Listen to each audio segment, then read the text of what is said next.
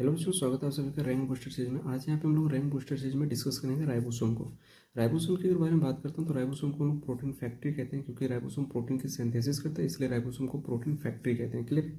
Ribosome are present in both prokaryote and eukaryote. Ribosome के बारे में बात करता हूँ तो राइबोसोम आपको प्रोकैरियोट्स में भी मिलेंगे और यूकैरियोट में मिलेंगे, ये बात आपको ध्यान रखना है। क्लियर है। Ribosome is non membrane bond structure. Ribosome जो होती है ना, एक नॉन मेम्ब्रेन बॉन्ड स्ट्रक्चर होती है। कहने का मतलब ये है कि राइबोसोम के पास कोई भी कवरिंग नहीं पाया जाता है, ये सेल के अंदर नंगा पाया जाता है, यानी कि बिना चड्डी का ये स्ट्रक्चर है जो राइबोसोम के अंदर पाए जाते हैं। बात आपको ध्यान रखना है। क्लियर। राइबोसोम प्रोटीन की सिंथेसिस करता है। अब अगर हम लोग प्रोकैरियोटिक राइबोसोम के बारे में बात करते हैं तो prokaryotic ribosome is associated with plasma membrane. Prokaryotic ribosome जो है वो प्लाज्मा मेम्ब्रेन के साथ में एसोसिएटेड होती है, चिपकी हुई होती है। बात आपको ध्यान रखना है। क्लियर है। प्रोकैरियोटिक राइबोसोम 70S टाइप का होता है और ये दो सब यूनिट से मिलकर बना होता है। ठीक है, एक स्मॉलर सब यूनिट और दूसरा लार्जर सब यूनिट। स्मॉलर सब यूनिट 30S होता है, 30S होता है, लार्जर सब यूनिट 50S होता है। क्लियर है। और 30S और 50S आपस में मिलकर 70S टाइप का राइबोसोम का फॉर्मेशन करते हैं। बात आपको ध्यान रखना है। क्लियर है, क्योंकि यहाँ पे S का मतलब स्वेटबर्ग यूनिट होता है और स्वेटबर्ग यूनिट को हम लोग सीधे जोड़ या घटाव नहीं कर सकते, इसलिए 50 और 30 मिलकर कितना होता है, 70 होता है, जबकि होना चाहिए कितना, 80। क्लियर है।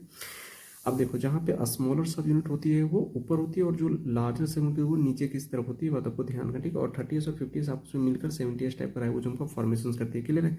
अब अगर हम लोग राइबोसोम की साइज के बारे में बात करते हैं तो राइबोसोम की जो लेंथ होती है वो 20 नैनोमीटर होती है, राइबोसोम की जो विड्थ होती है वो 50 नैनोमीटर होती है। क्लियर है। अब अगर मैं राइबोसोम की साइज के बारे में बात करता हूँ तो राइबोसोम का साइज 50 नैनोमीटर बाई 20 नैनोमीटर होता है। ये बात आपको ध्यान रखना है। क्लियर है। अब कई सारे राइबोसोम एक सिंगल एमआरएनए के ऊपर जुड़ जाती है और इस स्ट्रक्चर को हम लोग क्या कहते हैं, पॉलीराइबोसोम कहते हैं या पॉलीसोम कहते हैं। और जो पॉलीराइबोसोम है ना, वो क्या करती है, translate the mRNA into protein, यानी कि ये एमआरएनए को प्रोटीन में ट्रांसलेट करने का काम करती है, प्रोटीन में कन्वर्ट करने का काम करती है, क्योंकि ट्रांसलेट का मतलब प्रोटीन सिंथेसिस होता है। ठीक है।